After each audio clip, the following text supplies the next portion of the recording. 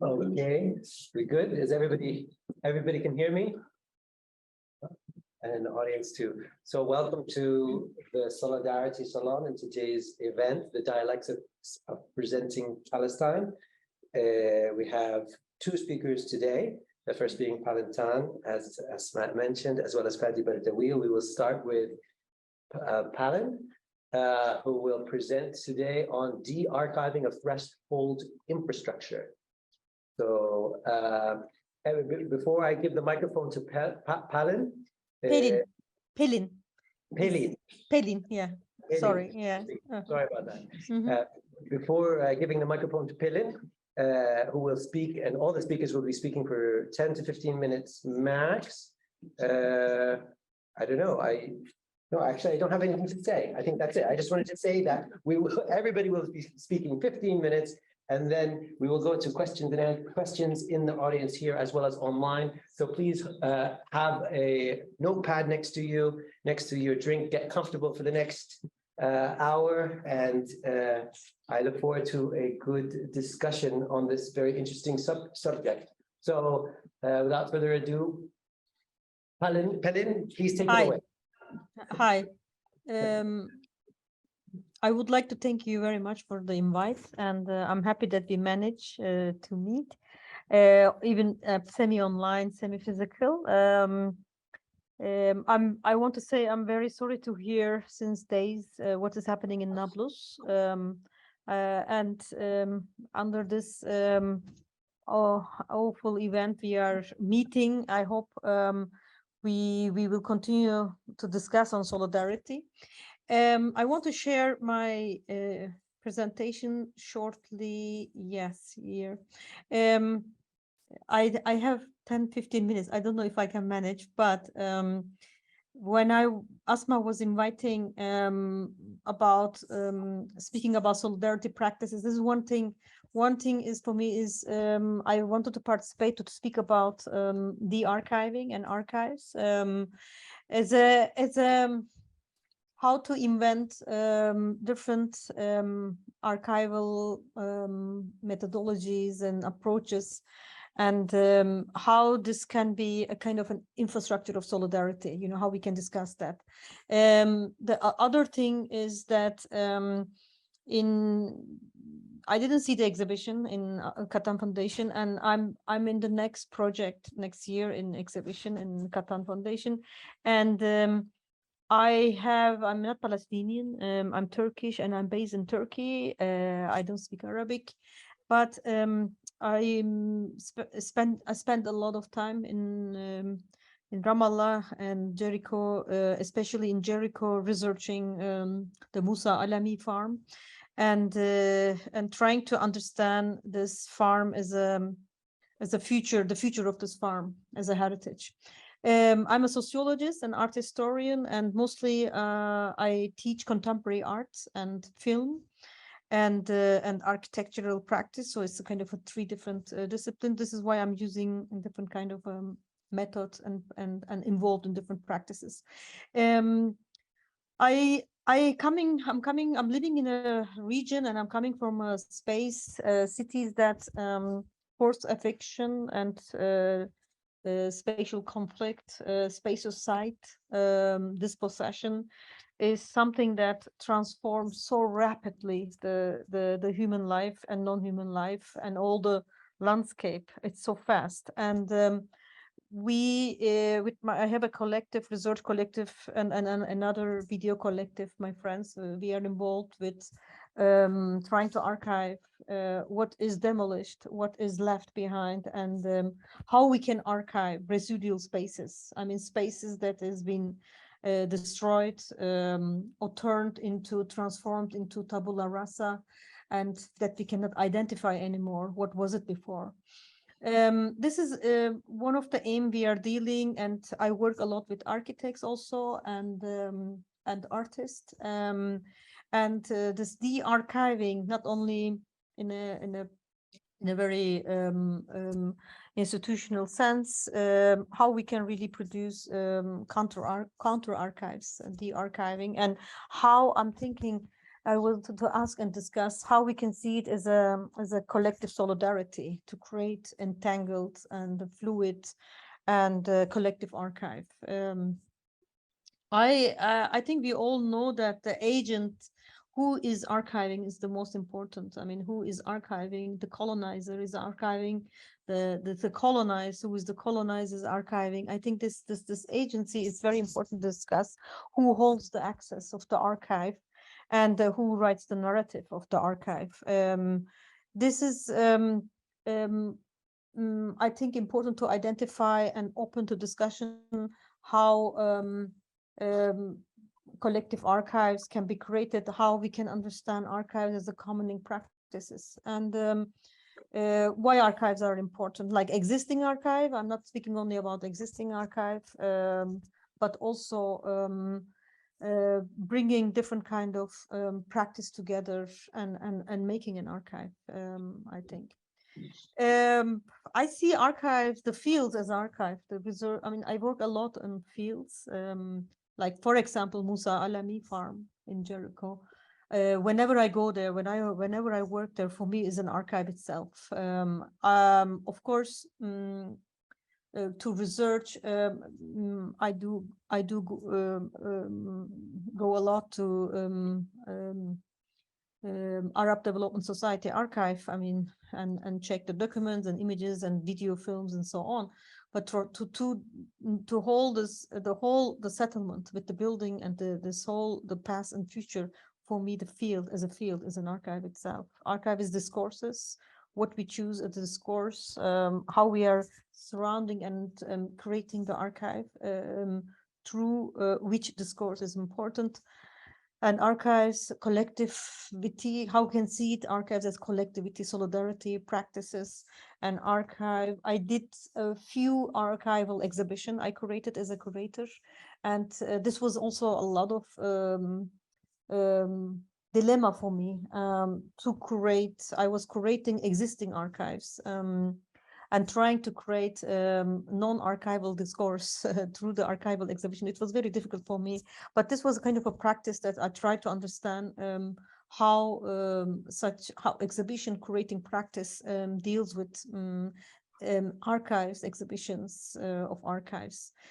We speak a lot about decolonial practice these days and how it is related, because I mean, archives in the 20th century is really the tool of the colonizer, you know, who is able to access to the material and who writes the narrative and creates the representation of the archive, creates the identity of the archive and the whole thing. We know that how we can discuss that, but in artistic sense, how we can create fictive archives that plays with this colonial practice. I mean, archiving is mainly a colonial practice, we know. I want to think more archive as a fluid,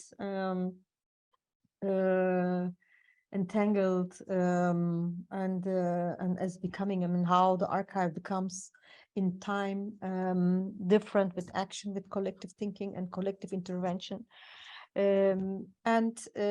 Accordingly, I mean, with my video collective, Özge, Alper, and me, we were doing a lot of visual archiving, especially in Turkey, in the urban transformation areas, in eviction district, in the south. I'm in southeast. I'm based in Mardin now since 10 years. Is the Kurdish region of mostly Kurdish region of Turkey, and Diyarbakir, Mardin, and all those cities are heavily under transformation or spatial transformation, and it is important to really archive visually what is going on and how it is the whole counter archive can be created through that. We did a book in 2016, bringing practitioners from different part of the world and trying to discuss about autonomous. What is, I mean, is a kind of a metaphoric word also for me, but what is autonomous archiving, and how autonomous means also collective archive, action archive, active archive. I think one of the texts is very important in the book is by Shaina Anand from Bombay, an artist who wrote the Counter Archive manifesto. It's interesting to go over, I think, in an artistic way, I mean, what archive, how can be created and how can be really used in a different, what does it mean in a different region, in a different emancipatory practices, those archives. I wanted to also show a digital archive that we created in 2013. And this was mostly like bringing a lot of residual waste material, videograms from social movements of social political movements of Turkey. And this is an open access database.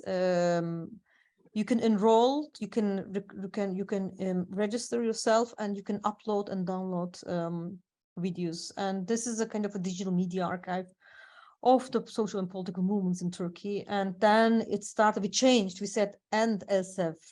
So we are trying also other people from different movements from other outside of Turkey are also able to contribute. If we have time, I can show it's online. You can go and use the browse and so on. I have some questions that we can discuss. How it functioned, the residual images, unedited, mostly victim images that can act as a witness what is happening, and how we can share and create different kind of in different spaces, in different countries and spaces, kind of solidarity, what is happening. There is another archive we are working on is on this region in this Kurdish cities in the southeast of Turkey, of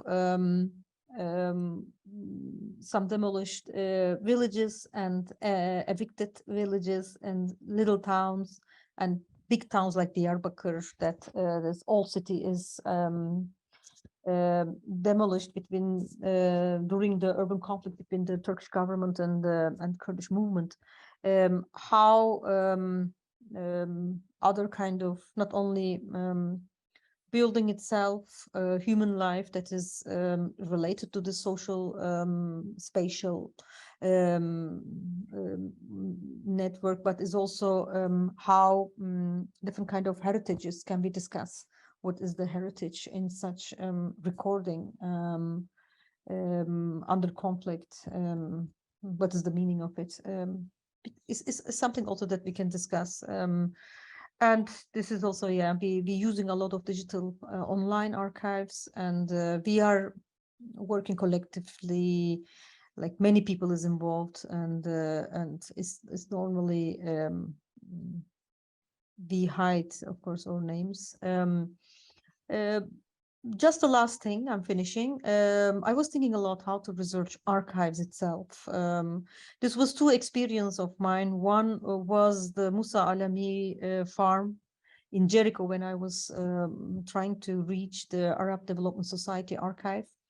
And which was, I was lucky, most things is in English, because they produced a lot of material for their donors, for their supporters, funds, who give them funds, and then there was another project that I curated in Matera in Italy, that I was working on the agricultural archive of the region, and trying to understand the ecological destruction with state-led industrial strategies, and how it harmed the agricultural land of South Italy.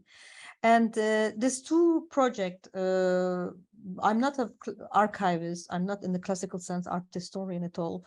And this was something that I really wanted to get hold, understand the concept of the archives, what they're presenting and what for, and how I can research in a way to try to create new critical tools and concepts in exhibiting or in researching, showing those archives. So how the research topic is connected, what kind of topics I'm talking about, what is process-based archive and research, and how to use. I mean, in researching as an artist, researching even as an activist, I mean, this is always a part of a long-lasting process-based research, and archiving has the most important part of that. I think the very good example I can give is Dima Soroj's video work that she did. I forgot the title of I will come back of the video, but this is a kind of a video that is on an archaeological site, I think near Nablus, and how the whole decolonial archive representation and discourse has been constructed, and she shows very well through her research in this video. We can come back and discuss that too. And shortly, I'm finishing. This is Musa Alami Farm, and we are. It took us, especially. I met many people like Dima Yasser, architect, that we are trying to since 4 or 5 years, thinking about how we can reactivate this space for the future. It's not only about protecting a heritage, Palestinian architectural heritage, agricultural heritage, whatever, but it's also about how in the future, how we can use this in order to create a space for solidarity. And this is what we are thinking nowadays. And I'm looking forward to hear from you as well. Thank you very much.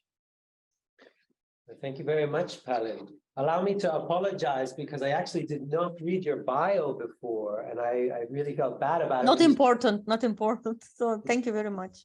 On the contrary, it's very important. So I want to make sure it gets on the record and for our audience, wherever they are. So Palin Tan is a Turkish sociologist and an art historian based in Mardin, Turkey. She's a professor in cinema department and migration master's program at Batman University, Turkey. Her research is on commons, activism, and methodology about art and architecture. So please check her out, Palin Tan. So thank you for that presentation. Very interesting, very curious, I might say. We'll get to asking more about what you have said in a bit, but first we will hear from Fadi El-Bardawil. Fadi Bardawil is an anthropologist by training, is an associate professor of contemporary Arab cultures in the Department of Asian Studies and Middle East Studies at Duke University in North Carolina. His research investigates the international circulation of critical theory, the genealogies of post-colonial critique, and the traditions of intellectual inquiry and modalities of political engagement of contemporary Arab thinkers. He writes regularly in English and Arabic for journals, independent media platforms, and is the author of Revolution and Disenchantment, Arab Marxism and the Binds of Emancipation, which came out from Duke University Press in 2020. Very much looking forward to hearing from you. Dr. Bardawil will be speaking on figuring Palestine, the promises and pitfalls of solidarity. Take it away, Fadi. Thank you. ثانك يو. شكرا توفيق، شكرا أسماء لتوجيه الدعوة. حضرت نص بالإنجليزي لأنه الندوة حتكون بالإنجليزي. العنوان بالعربي تشكيل فلسطين وعود ومخاطر التضامن. Thank you, Pauline, for your opening up our session, and thank you, Tawfiq, for moderating, and Asma for the invitation. I'm gonna read the text. I'm not sharing. I don't have any slides to share or a PowerPoint presentation. I'm citing. Every time he used to tell me, stop with your Kalashnikovs, because with me it was always the Kalashnikov. the Kalashnikov, and he would tell me, "Stop the Kalashnikov. We are not madmen of the revolution. We want to build a country. There are women, peasants, children. You, Parisian revolutionaries, you only see things through the Kalashnikov." End of quote.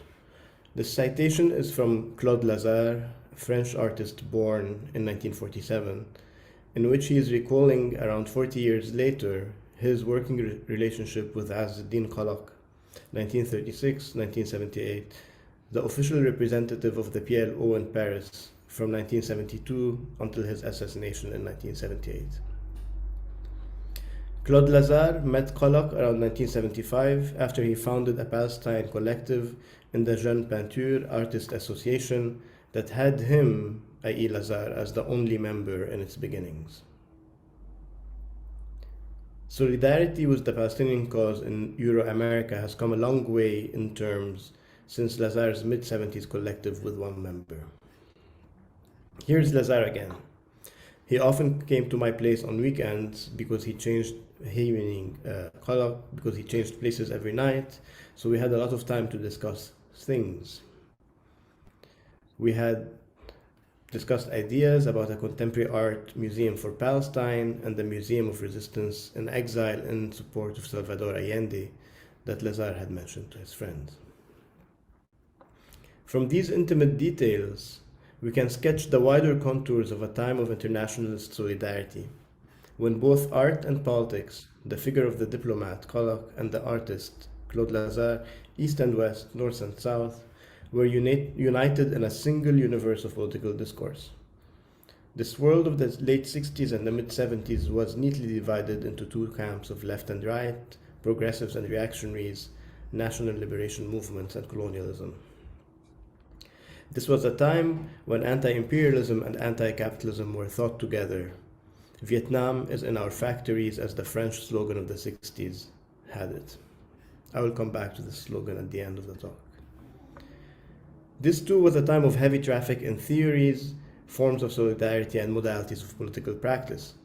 If Lazare was thinking the idea of the Palestinian Museum with the Chilean initiative, the Arab New Left was thinking the Palestinian Fidai action with the Chinese, Cuban, and Vietnamese theories. Particularly, the Palestinian resistance captured the hearts and minds of many militant intellectuals as the new revolutionary subject that would galvanize the Palestinian people and Arab masses in the wake of the swift defeat of the Arab regimes against Israel in June 1967. Solidarity and tadamun is not the idiom used in the Arab world. Claude Lazare visited Beirut to take part in the international exhibition in solidarity with Palestine that took place at the Beirut Arab University and opened on March 21st, 1978, a week after the beginning of the Israeli invasion of southern Lebanon. Looked at retrospectively, the 78 exhibit is one of the last moments of leftist third worldist solidarity, one that inscribed Palestine in an anti-colonial constellation of revolutionary struggles amongst the Algerians, Cubans, and Vietnamese.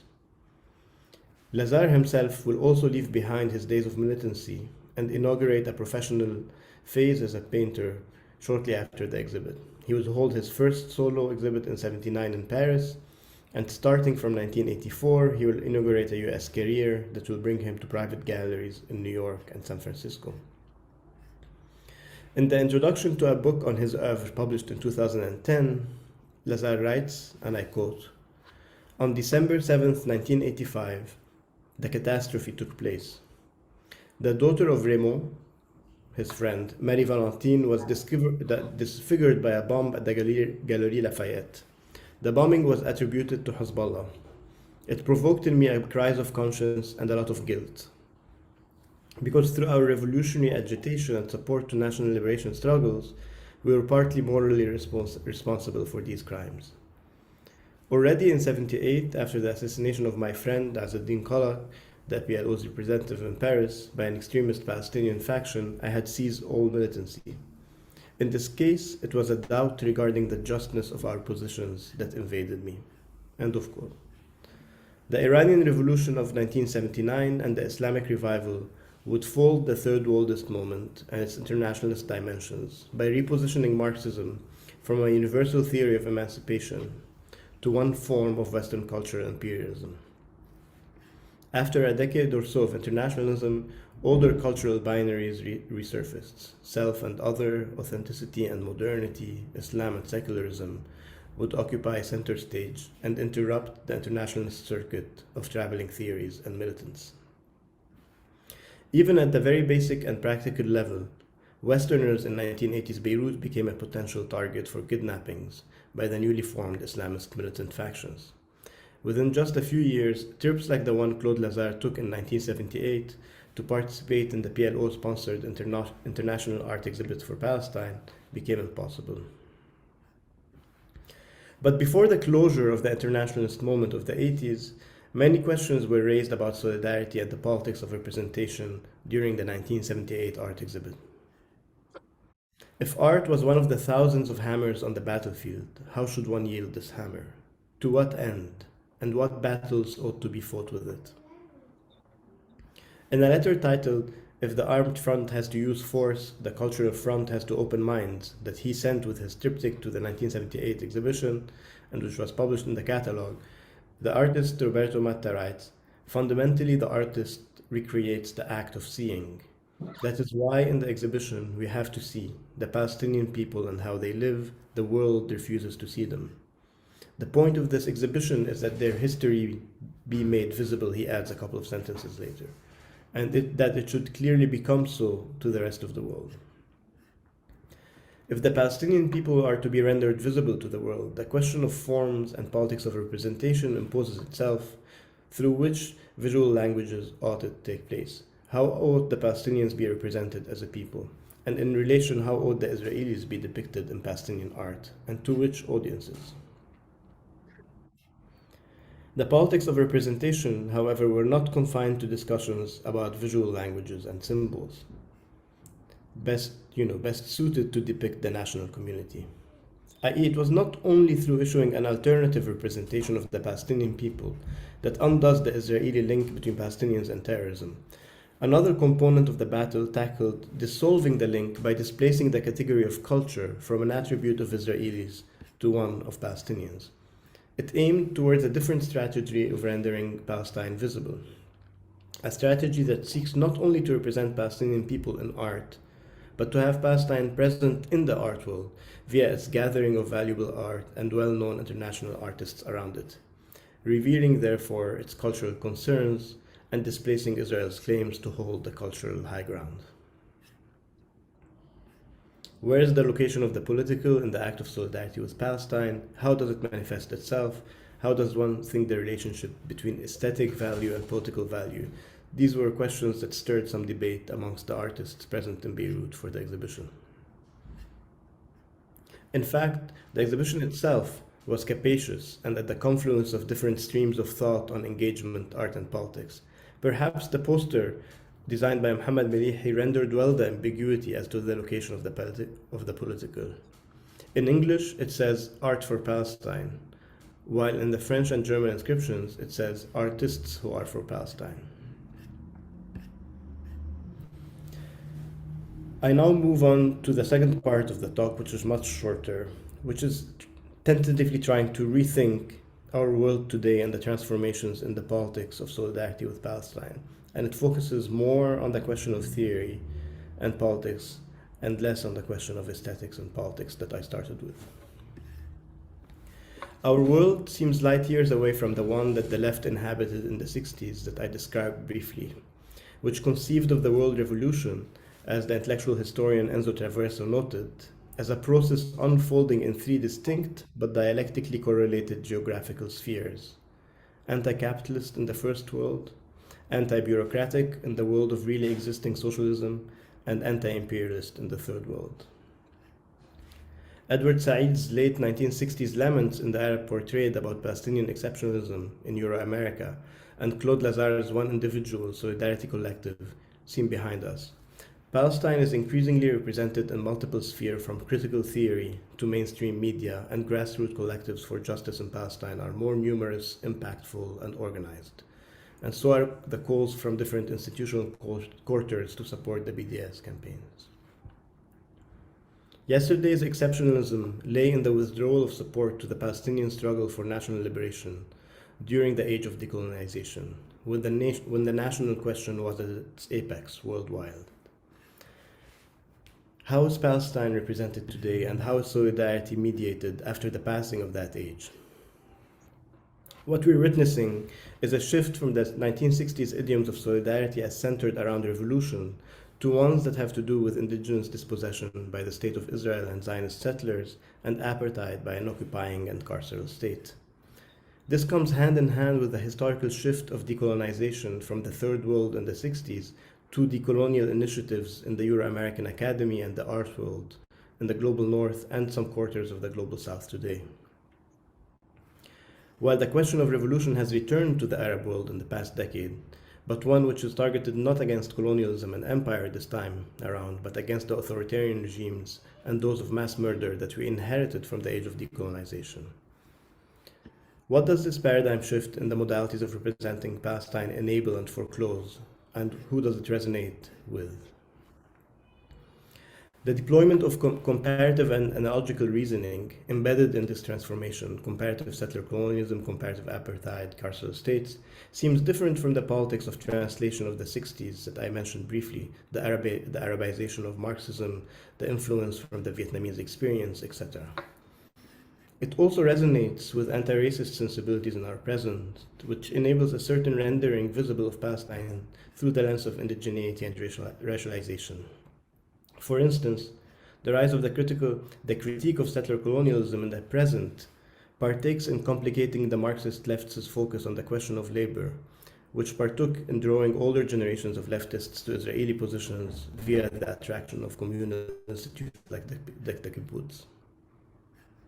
This transformation subtly shifts the accent of the solidarity of the Palestinian cause from one that is on the side of the majority, one people amongst other people fighting for national liberation in the 60s, to one which is on the side of indigenous and racialized minorities in white majority states, some of them like the US settler states. This also resonates with the transformation in the structure of feelings of some younger members of Arab and Palestinian diasporas in Euro-America who are currently disconnecting from whiteness. This is clearly portrayed in Mo, the very recent TV show starring the Palestinian-American stand-up comedian Muhammad Amir. This move impacts the modes of solidarity and its understandings. Unlike First World solidarity figures like Claude Lazare, the late Jean-Luc Godard, or members of the Japanese Red Army, like the film director Masao Adachi, which tied anti-capitalist struggles in the metropole with anti-imperialist ones in the peripheries, Vietnam is in our factories. What we have today is a sense of a more horizontal solidarity, one which is less of a one-way street solidarity. The horizontality is based on the ability to compare certain dimensions of the experience of Palestinian oppression and dispossession with those of minorities.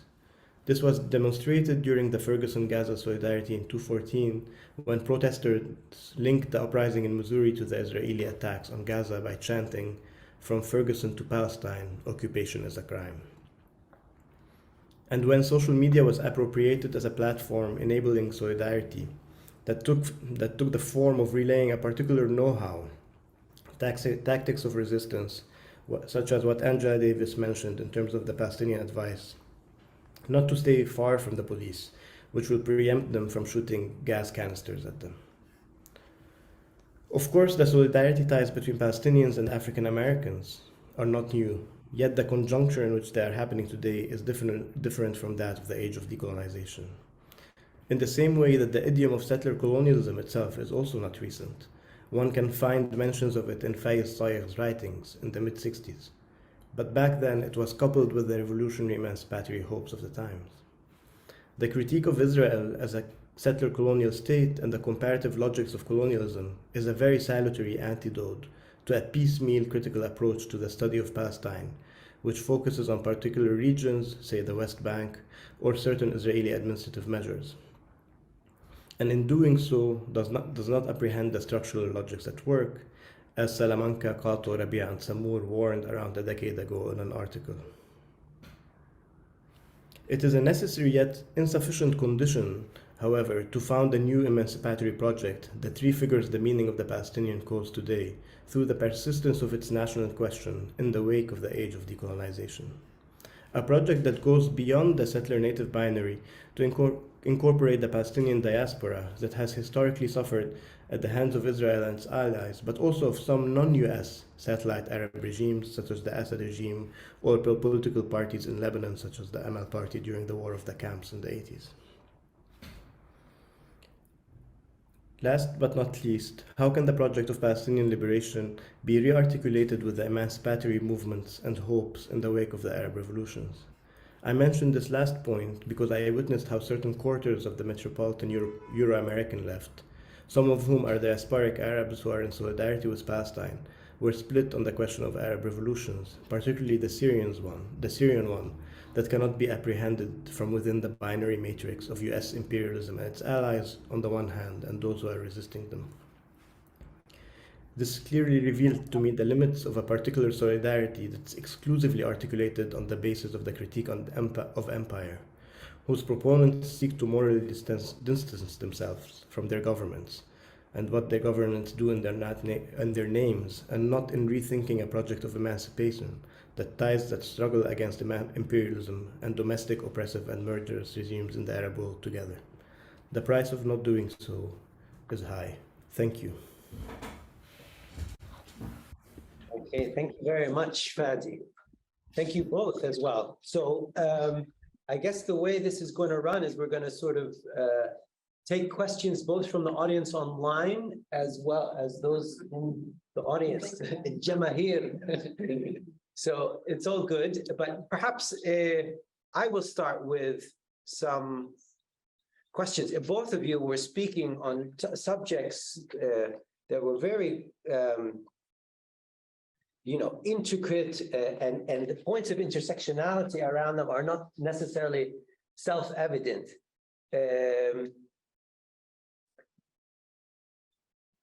Parts of me want to start off, if I might.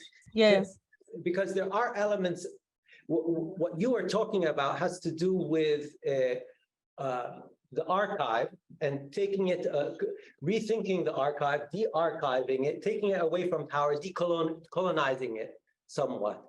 The question is, how can we ensure that what are the criteria that we can set in? How can we analytically approach this to really understand that what makes an archive decolonial or not? Parts of me felt during your talk that you're encapsulating very, very large things. Mm-hmm. And how do we put borders on it? And how do we critique it? And is it possible to create even a formula for de-archiving in all contexts or not? I mean, I'll leave it there. Go ahead. Perhaps. Mm-hmm. Yes, I know it's a very large, and it's not possible to show many examples also in such short time. But there is two things. I mean, here two practice. One is researching, going into an archive, existing archive, and taking it and representing this archive in a different discourse. Yeah, this is one of the option that I was talking about. For example, the exhibition that I was working on in Italy, in the agricultural archive of the region, how it reveals that the industrial agricultural development almost destroyed the local agriculture and the communities, and transformed from housing projects to other kind of means of other kind of process, how the community was transformed. You can see in the archive with many documents, letter, housing projects, plans, images, and so on.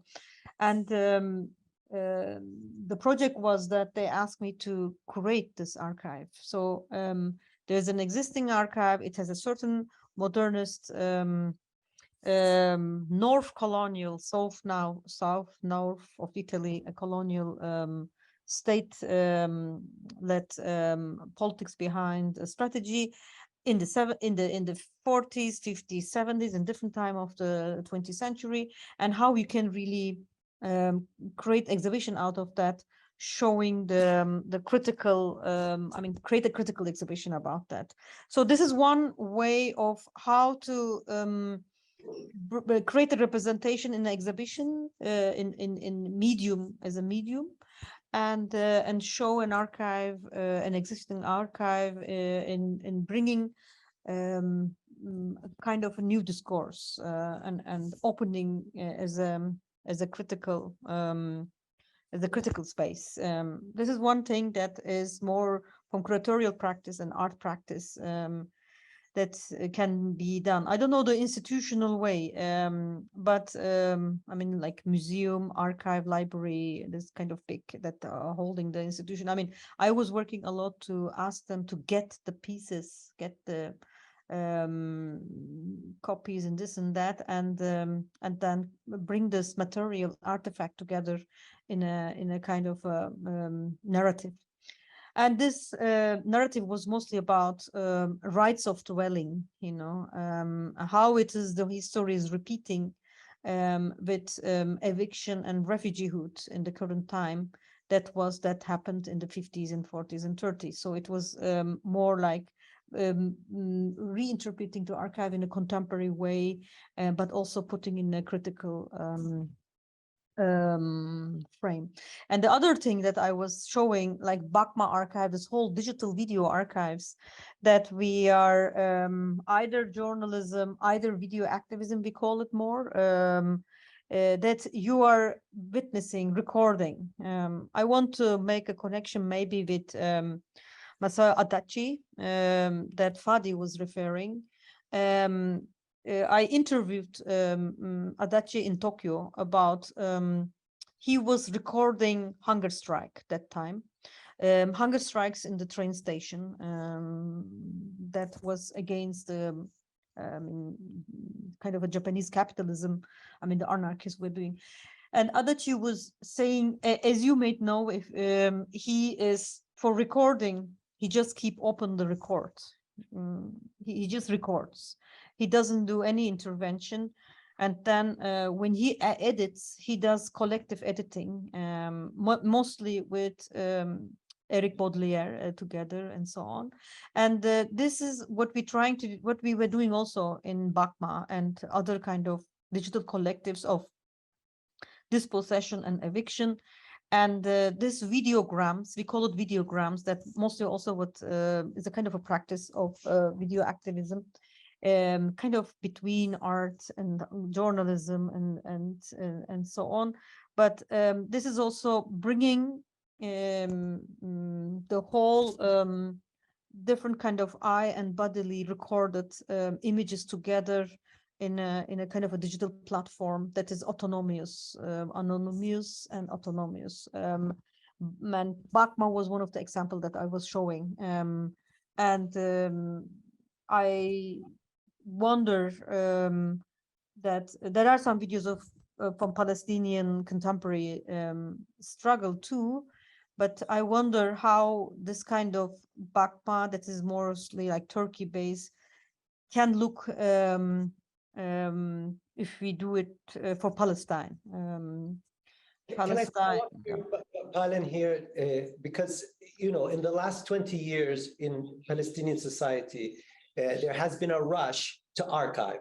Yes, I know. Yeah, it's understandable in the context. The Nakba generation is passing. The Palestinian Authority has been establishing. Money has been coming in, etc. There is clearly a need. Israel clearly has an agenda to take away archives, to take away history, to practice sociocide, to practice any form of documentation that allows for a continued existence and resistance of the Palestinian people and an assertion of their identity and rights. We can understand that. Now, with that said, from outside, we can acknowledge that the Palestinian archiving dynamic is under threat because and understand why Israel goes after this. On the other hand, locally from our internal dynamic here in Palestine, the rush to develop archives is coming from the more powerful and elite sections of Palestinian society.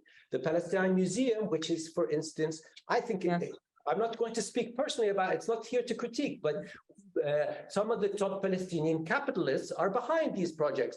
Are we heading in the direction of potentially creating dangers that go down the path of what you are describing? Should we work, how can we protect our archiving practices from becoming colonized over time? Because from outside, it looks like it has a subversive agenda to it to preserve our archive and what we can from it. From inside, you could also look at it as a potential reactive process that is going in the process of gatekeeping and creating archives of the colonial nature. What would you say? Yeah, I think, I mean, I understand the dilemma, because when I was researching Musa Alami farm, the settlement and the research, I mean, it is important to understand what did happen in 1945, 44, 45, when Musa Alami was establishing the space, what did happen in after 1948 when he was hosting orphans there and so on. And you try to reach the material, except Arab Development Society would have. I founded some materials in Rockefeller Foundation in New York, and other in Oxford in England. And this is also, I mean, the dilemma is you need to learn, you need to understand through papers, through documents, how did this, for example, in this case, in Musa Alami settlement case, how this farm has been established, where the money came from, and who was there working, educated there, and what they produced, what was the coal coming from where, the animals and so on, and then to understand the political, what was the political process happening, the attack to the farm, how they re-establish again the farm, and so on. I mean, this is a kind of a history that you need to learn as a Palestinian or as a person outside, a researcher, to try to get track on the history of this case, in order to understand. And you need to reach the archives, and there's no archives except the there and this and there, and as you said, in other places. But I really, this is one thing that before Nakba and after Nakba, we need detailed archives, and we need to gather those material. But then the other thing, example that I was showing with Bakma archive, that personal activist videos, interviews, historical material from mostly from the demonstration, other kind of struggles. All those videos are also, and material, photos, interviews, whatever, are also important to bring, to understand the not as an existing archive, but as an archive that people bring together, a collective a memory of different kind of videos and images of struggles and solidarity practices and so on. I think, yeah, I'm speaking here about two types of practice, and I understand your dilemma, but there should be more autonomous archiving methodologies in Palestine. This is what I'm saying. Mm-hmm. I mean, one example war, for example, what Ömer Testel is doing, the geographer in Birzeit. I mean, he created Palestinian kind of an archive of plants, Palestinian landscape that is produced in the Palestinian landscape. I mean, this is a type of an archive of non-human elements that is disappearing in the nature of Palestine. Because of the colonization and conflict and so on. So this is also a type of, is a digital, you can reach the archive that Ömer Testel is working with his group and team. This is also an archive. I mean, it's an interesting for me. It's a kind of, for me, an autonomous, different kind of solidarity archive of plants and seeds and so on. I mean, which is very important for Palestinian society. Of course. Well, thank you for that answer, Palin. I'll move on to Fadi. Okay. My general feeling, perhaps forgive me for not having a fully articulated question, Fadi, but I was interested in this question of both the transition that you mentioned and how it affects questions of solidarity, but also a broader question if we zoom out and inquire about the question of solidarity and its relationship to romance. Romance in the sense of, because part of what I felt when I heard your talk, and I'd ask you perhaps to elaborate on it, was discussing how earlier eras included a much more binary world of right versus left, and now somehow that's shifted and we're in a new era. This creates new forms of solidarity. And you gave potential examples of that with the solidarity between Palestinians and the Black Lives Matter struggle, for instance. So firstly, I'd like you to elaborate a little bit more on this transformation, but also to elaborate particularly around what struck me was the fact that solidarity entails a kind of a longing, a kind of romance, a kind of glorification of some form of a collective struggle, of identification, which we need morally and politically, and we shouldn't be shy about that. And I think principles of solidarity are important. However, with that said, earlier eras, how did we get to this era? Earlier eras, the black and white era that you describe, was it really so black and white? What would we say to what happened in Prague in 1968 or in Hungary in 1956 when Russian or Soviet troops entered these areas, which when people tried to protest and not be part of the Soviet bloc? On the other hand, the more contemporary examples of solidarity that you spoke of and the opportunities such as the Ferguson demonstrations, of course, as Palestinians here, we were proud and happy to see this. On another level, the actual demonstrations that exploded in America around, I can't breathe, I can't remember what his name was, the struggle. Which one is the struggle? George Floyd, exactly, George Floyd. If you recall, the incident with George Floyd erupted because George Floyd supposedly paid with a fake $20 bill in a corner store in Minnesota, and the owners of the store basically called the cops on him and said he gave us a false bill, please come out and get us our money back or something like that. The cops came and they killed him, basically, pretty obviously in front of everybody. But the corner shop was owned by a Palestinian, okay? And this is the nature of the relationship, the material relationship of Arab and Palestinians, in many cases, as small petty bourgeois shop owners in inner city ghettos who actually have a much more conflicted relationship with African Americans and the struggle there. And I only do say that in the context of me having lived a little bit in America. So I apologize for a much larger,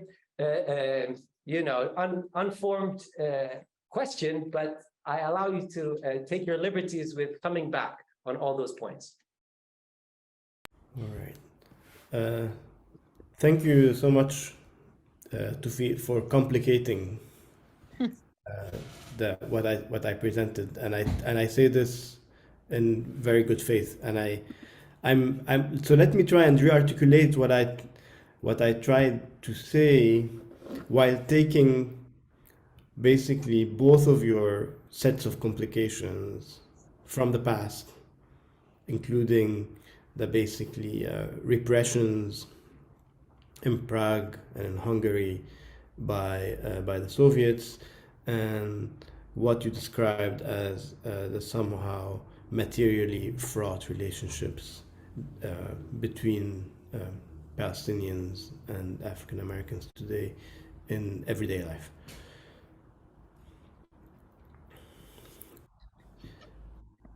The question of solidarity has a has sort of interesting sort of genealogies, and I don't think it's for me. I need to go there and to think about how it sort of came out as a critique of liberal individualism in the aftermath of the French Revolution, and also how it was a way of sort of figuring the sort of force of being united together against the kind of if you want, the sort of individualization of sort of contract theory, so to speak. But sometimes, yes, I agree with you. There is a particular romance to solidarity, and sometimes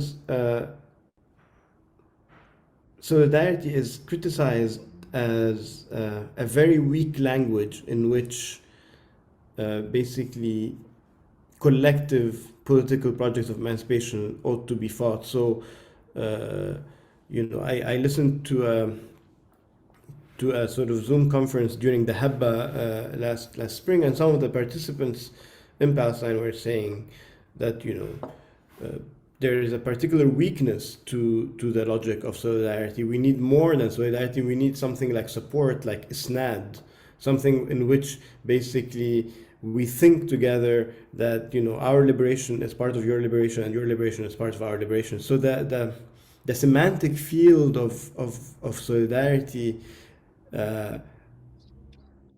cannot be separated from how it's mediated by either political acts or aesthetic acts or joining a particular struggle. And this is something that for me sort of fascinates me in the sense of how different eras sometimes articulate the sense of basically being in support of a particular struggle, which is what I tried to sort of pinpoint in the difference between the two slogans that encapsulate what I tried to say. The first one is the Vietnam is in our factories, which is the fact that solidarity around third world revolutions, and the Palestinian revolution being one of them, was articulated as solidarity between sort of anti-capitalist leftists in the metropole that thought that the new revolutionary figure, whether it's the peasant or the Vietnamese or the Palestinian Fida'i, are related to basically their own anti-capitalist struggles, precisely because the nature of sort of capitalist exploitation and capitalist sort of expansion necessitates these imperial wars, which seems to me to sort of deploy a different logic than the logic of from Ferguson to Gaza, occupation is a crime. Here, what we're showing is that, in a way, a form of solidarity is manifesting as, we are, for example, both subjected to a particular regime of militarization of the police. We are both subjected to maybe, the same sort of arms that are sort of thrown against us, which is different than saying, well, if you need to understand the relationships of exploitation in a factory, you need to understand the wars in Vietnam. And in doing so, I think there's a different sort of logic that's at work. Then the first part, there's a logic of translation, the importance of Fanon, the importance of the Maoist chinification of Marxism, which comes into the Arab world as ta'rib al-Marxiyya, the Arabization of Marxism. And in the second one, there's the idea of sort of comparisons and analogy. And I would like to hear, what you all think about that. What do comparisons, what do analogies enable, and what do they foreclose? Because, again, sometimes certain militants use these words, and at other points they recall from them and saying, no, we are not like X. Their situation is different. Comparing Prague and Hungary, just a small footnote on that to go back to it. Part of the new left that I mentioned, so to speak, was not revolving in the Soviet orbit as the older sort of like Arab communist parties in that sense. So there was a sensibility in the 60s, of course, that third world sensibilities that at times was critical of the sort of incursions of the Soviet Union. But yes, of course, there were that the world I described as a world in which there was an unfolding of revolution, as Traverso basically described it, as anti-capitalist in the first world, anti-bureaucratic in the socialist world, the second world, and anti-imperialist in the third world. Of course, it was complicated by sort of internal struggles, etc. However, I think there was a common ground on which to sort of agree to disagree. And I think what happens in the wake of civil wars, the Islamic revival, is that ground itself on which people could agree to disagree becomes much, much more friable.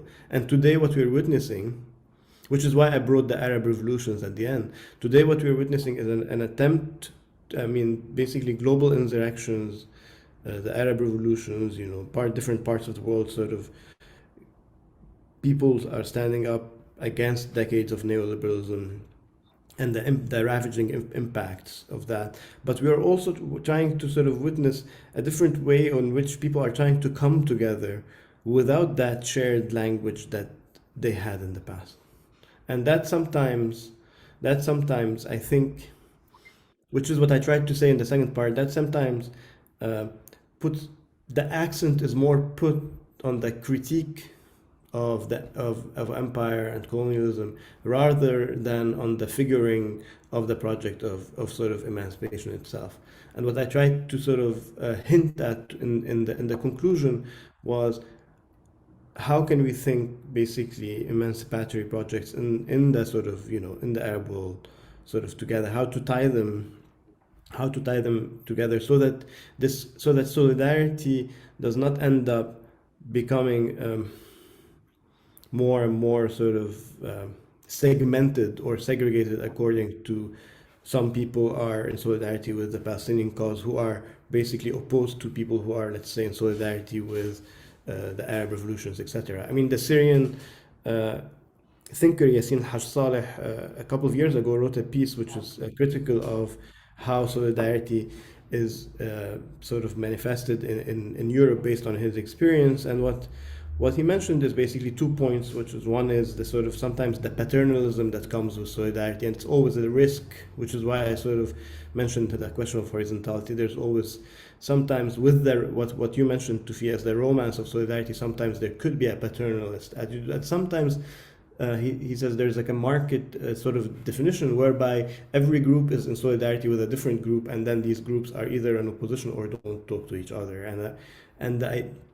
What I tried to hint at is basically how can you articulate a solidarity which is not only in opposition to something, but rather for something.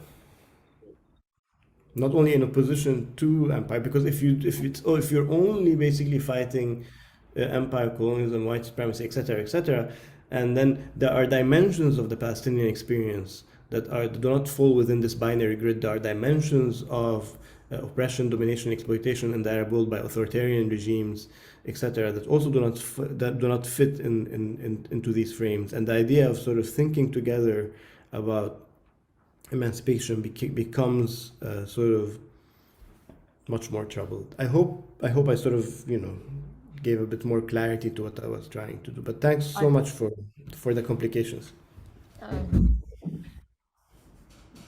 Thank you for your answer. Palin, did you want to add anything there? Yeah, I mean, thank you very much, Fadi, because when I was listening to you, I was thinking a lot about especially in Turkey after the Gezi Park and during and after the Gezi and before, how the movement, I mean, there are so many meetings now about solidarity happening.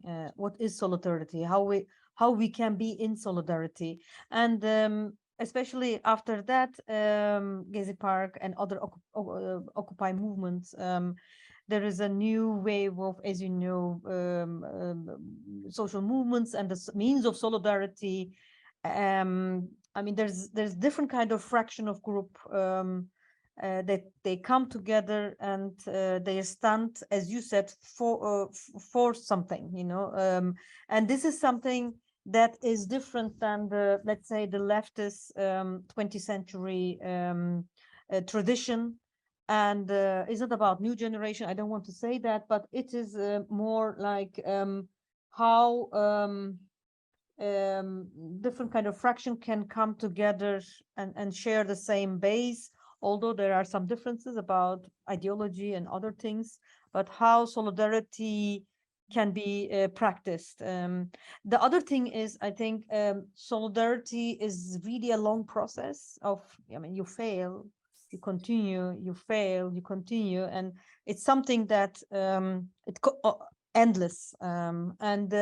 And this is brings always the question of how to keep the solidarity practices collectively under what organization, non-organization, or more anarcho type of solidarity practices, how cultural institution plays role in that, how they can play a role in that, you know. I don't want to, you want to say something? You looking something to say? No, I was gonna say thank you. This is I very, feel very in helpful. Zoom. I'm thinking I with feel you. in Yeah. Zoom.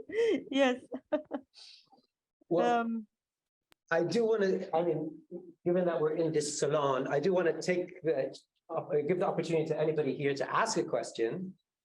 We do have a question here.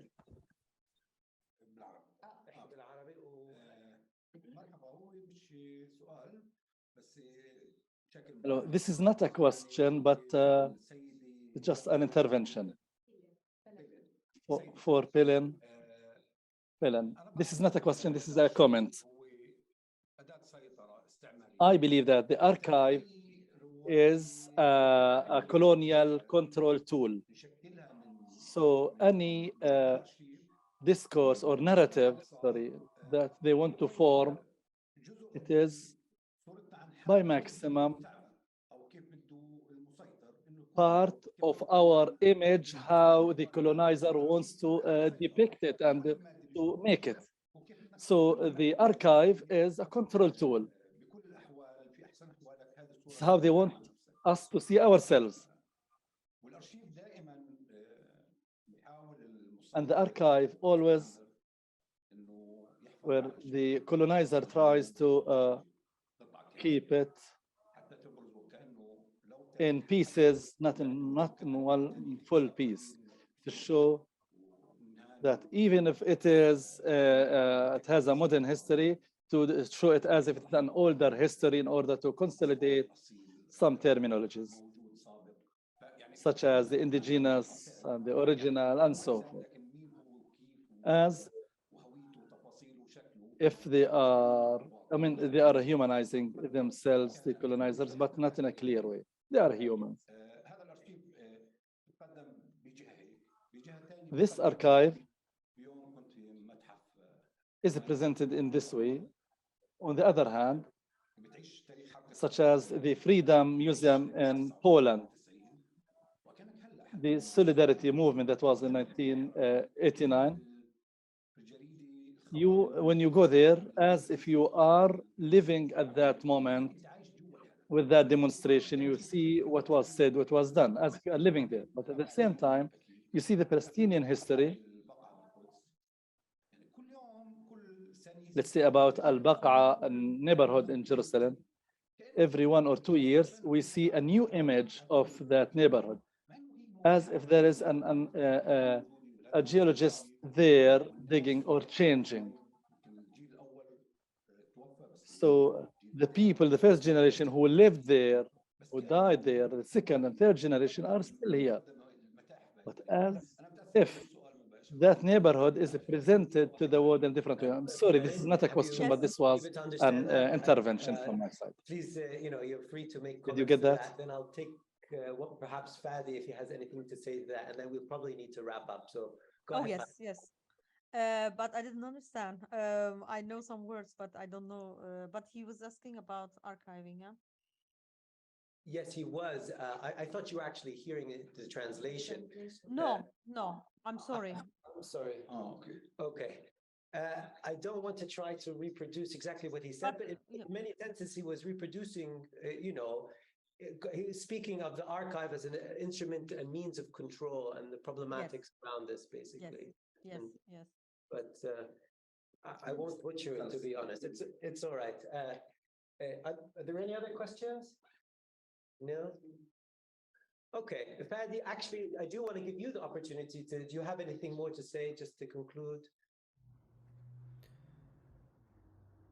I think I'm good, thank you. Yeah. I mean, I could. It was good to hear sort of like Pileen's intervention and to see like how we're coming from sort of different fields and different ways of thinking about this question of of solidarity, and it was good to be in conversation with you. Yeah. And thanks Asma again Thank uh, you. for extending the invitation. Sorry, Laila, couldn't be with us. So. If I might make a final comment, if you'll permit me to, what I found fascinating by the end of it, to be honest, you guys came from totally different perspectives and areas, and that's lovely, that's very interesting. By the end of this conversation, though, one of the things I take away is how both the concept of the archive and the concept of solidarity both have elements of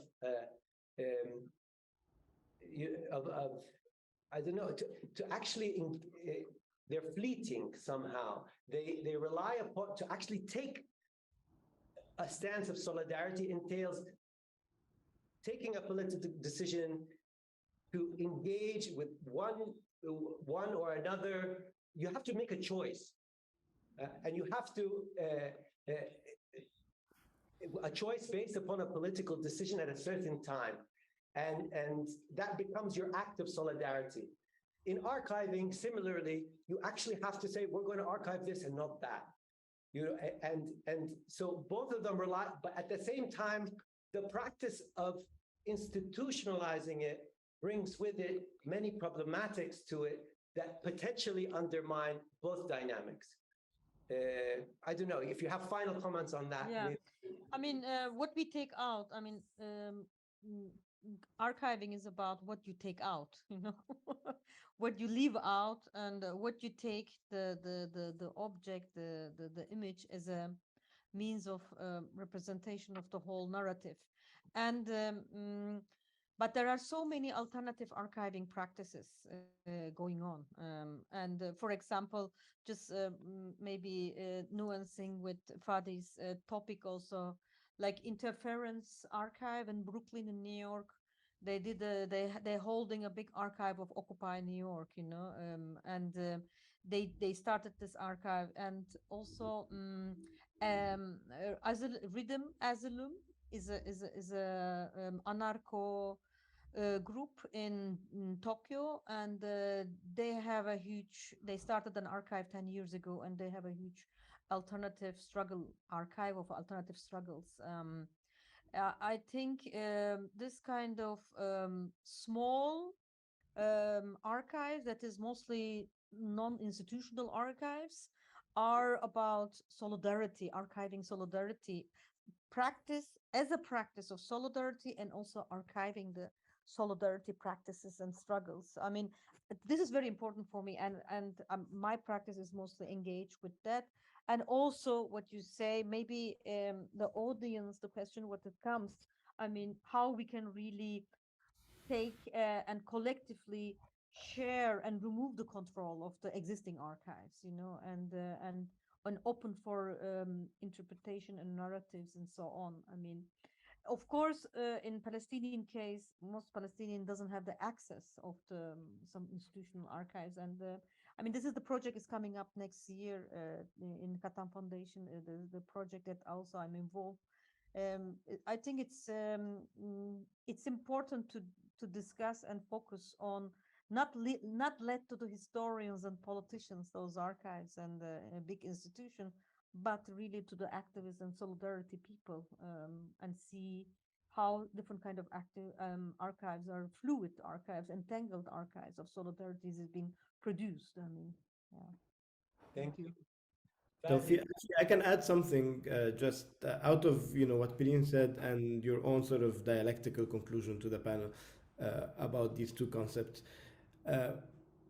For me, like to just say a couple of words about archives in response to the question that archives are always on the side of power. It's fascinating for me sometimes to see how